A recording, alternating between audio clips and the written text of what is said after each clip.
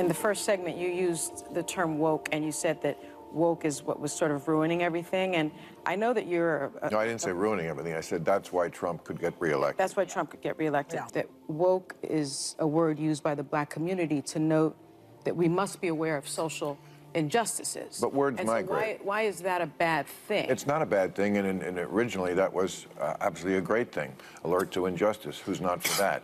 But words do migrate. At all concerned about the fact that the International Criminal Court just today issued a subpoena for Bibi Netanyahu? Well, that's ridiculous. Bill Maher didn't just disagree with Sunny Hostin, he completely dismantled her and the entire woke Hollywood agenda with the precision of a surgeon and the wit of a master comedian. What happened on The View wasn't just a debate, it was a full-blown takedown, leaving everyone in shock. And here's the crazy part, Maher and Hostin should have been on the same team. Both of them lean left politically. But Maher isn't playing by the woke playbook anymore, and he made it clear to Hostin that the rules have changed. Segment, you used the term woke, and you said that woke is what was sort of ruining everything. And I know that you're... No, I didn't say ruining everything. I said that's why Trump could get reelected. That's why Trump could get reelected. Yeah. So what exactly did Maher say that made the woke warriors and Hollywood elites go into full meltdown mode? Stick around because this is one confrontation you won't want to miss. Any doubt that I was right about the change that's happened in the left? Watching people protest for a terrorist organization like Hamas, that straightened me up pretty quick. It all started when Bill Maher made an appearance on The View to promote his latest book. What we all thought would be a regular PR segment quickly turned into a fiery verbal battle. Maher, known for his left-leaning stance, shocked everyone by turning the tables and calling out his own side. It was like watching a barbecue and the woke mob was getting roasted. The first clash happened when Hostin tried to back Maher into a corner by asking why he was weaponizing the term woke. That in the first segment, you used the term woke, and you said that woke is what was sort of ruining everything. And I know that you're... No, I didn't say ruining everything. I said that's why Trump could get reelected. That's why Trump could get reelected. Yeah. So the term woke has been, in my view, co-opted by the right and weaponized and bastardized. And so I was surprised to hear you use the term because historically, as you know, because I think you're quite brilliant, that woke is a word used by the black community to note that we must be aware of social injustices. But words and migrate. So why is that a bad thing? She thought she was playing a smart game of chess, trying to subtly paint him as a hypocrite for attacking a culture he's supposedly a part of. But Maher, he wasn't having any of it. Maher saw through Hostin's attempt like glass and decided not to fall for the typical woke trap, twisting someone's words to make them look bad. And originally that was absolutely a great thing. Alert to injustice, who's not for that? But words do migrate. Now, I'll use any term you want. Okay. Because maybe that is a word that's triggering, and so let's not use that word. I don't know, want to call it the super far left? Bill's first move was a masterstroke of logic. He explained that words evolve, that what a term means today may not be what it meant yesterday. So when Maher talks about woke, he's referring to how it's been hijacked by the extreme left, not its original meaning. Hostin probably thought she could trap him with a hypocrisy charge, but instead, she walked straight into his carefully set trap. Maher turned the tables, making Hostin realize that she was the one who'd been caught in a contradiction. Don't tell me that the left hasn't changed. I mean, I'm old enough to remember when it was the conservatives who hated the Jews. Yeah. Okay, that was a joke. But, Too dark, too dark. Well, maybe it is, but it's true. I mean, you know, if I had any doubt that I was right about the change that's happened in the left, watching people protest for a terrorist organization like Hamas, that straightened me up pretty quick. Then, Maher dropped a bombshell. He, as a liberal, was horrified when he saw woke individuals supporting terrorist group Hamas. Yes, Hamas, a group notorious for believing that Israel should be wiped off the map, the same Hamas that engages in violence and terrorism against Jews.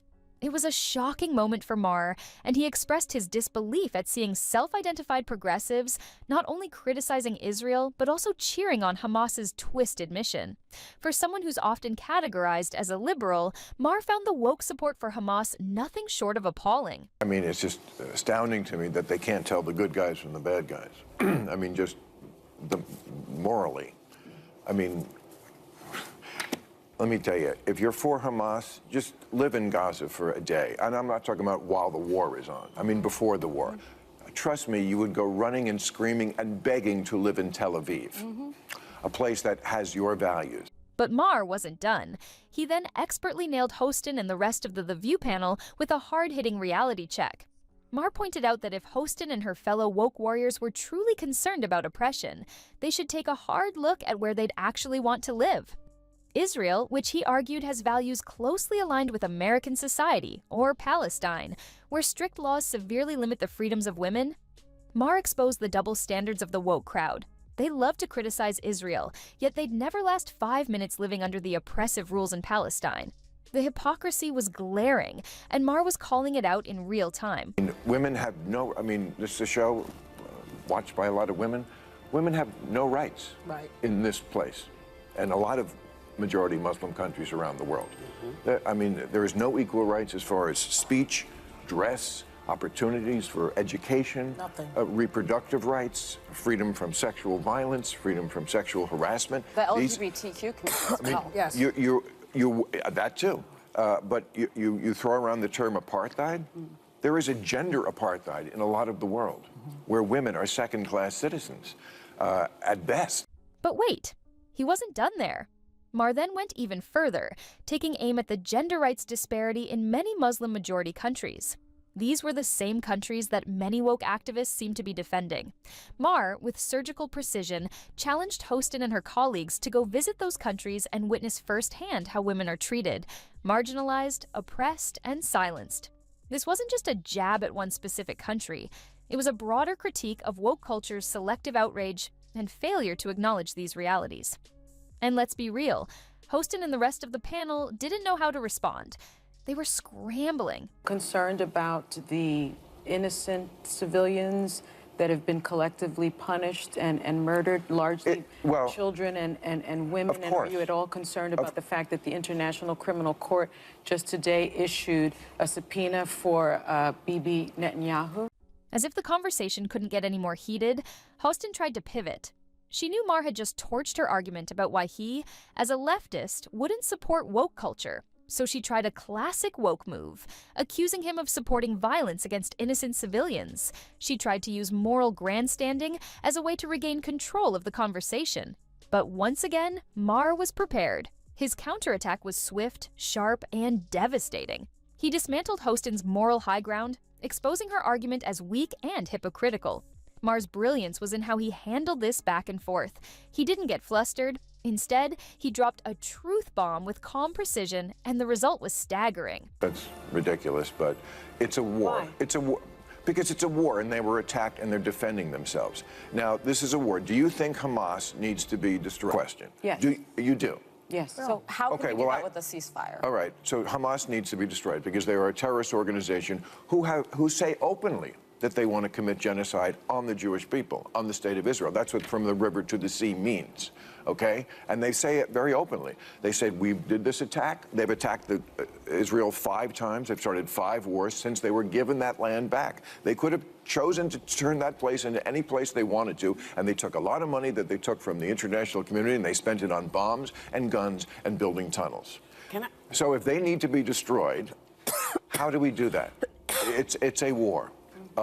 I don't know how to do that, and you don't know how to do that. But are you I assume the concerned about Israeli. innocent lives? Of course, everybody is, but that's what happens in a war. Here's a way to stop that. Stop attacking Israel. Suddenly, the View panel, including Hostin, had no words.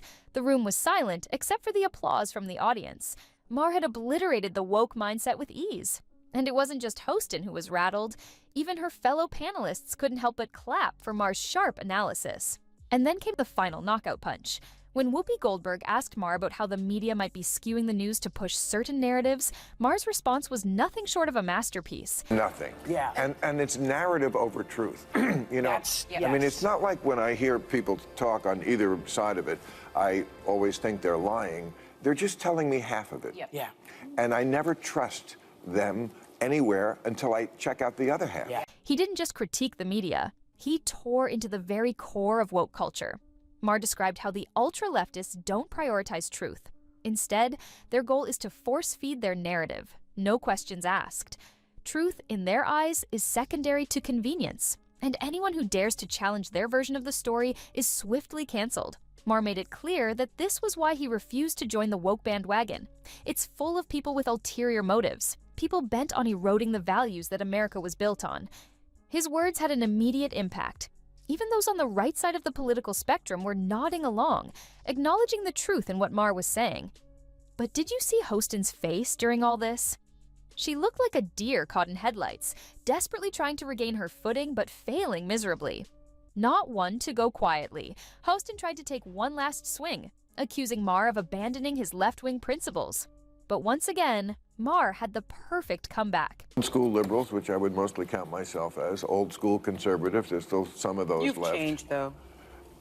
Wait, what are the other two? Go ahead. Well, What are the other two? well, that's what I, well, that's what I was trying to find out in this book. I don't think Yeah. I have. And, you know, we were saying in the break, we have to come up with a new word for woke. Let's have a contest, because this is a word that's triggering. But, I mean, those concepts that are different than they were 5 years ago. He explained that he's not abandoning liberalism, he's simply rejecting the toxic strain of woke culture that has hijacked the left. Maher described himself as an old-school liberal who believed in social justice that didn't make people comfortable in their misery. He emphasized that his views were radically different from the woke mob, who seemed more interested in making people comfortable in their suffering rather than actually solving problems. Maher then delivered a classic example. An old-school liberal would want to get homeless people off the streets and into shelters, providing them with safety and dignity. The woke crowd, on the other hand, would rather leave them on the sidewalk and demand that everyone else deal with the inconvenience. The difference in approach was striking, and Maher made it clear which side he was on. Was a term that I thought we kind of came up with, because people were calling them bums and vagrants and hobos. Now that's Homeless. hard. Now, no. It's unhoused. Well, it's now. people Unhoused. experiencing Now it's unhoused. homelessness. But they're experiencing it on the street. Yeah. Okay, the liberal view of that was, for compassion's sake, we're the liberals, we're compassionate. Let's get these people off the street. That's not the view of the, whatever word we're going to come up with for this. Their view of the homeless is they're an endangered species that needs to be protected in their natural habitat, living their best life under a bridge. The response from viewers was overwhelmingly positive. People were in awe of how Maher shredded the woke agenda with such calm, eloquence, and wit. One fan summed it up perfectly, writing, "I've never seen anyone destroy the liberal woke narrative so calmly and eloquently while leaving the view panel dumbfounded and speechless." Others called out the hypocrisy of the woke crowd, with one commenter noting how ridiculous it was for the panel to complain about the media not telling both sides of the story when the media is already overwhelmingly on their side. Maher's appearance wasn't just an attack on the woke mob, it was a direct challenge to the very narrative they've been pushing. From the moment Sunny Hostin tried to trap him, Maher handled the situation with the finesse of a seasoned pro, leaving Hostin and the rest of the panel unable to respond. The woke mob was caught off guard, and their fragile narrative fell apart in real time. By the end of the segment, Maher had left the room and woke culture reeling. But Maher didn't stop there.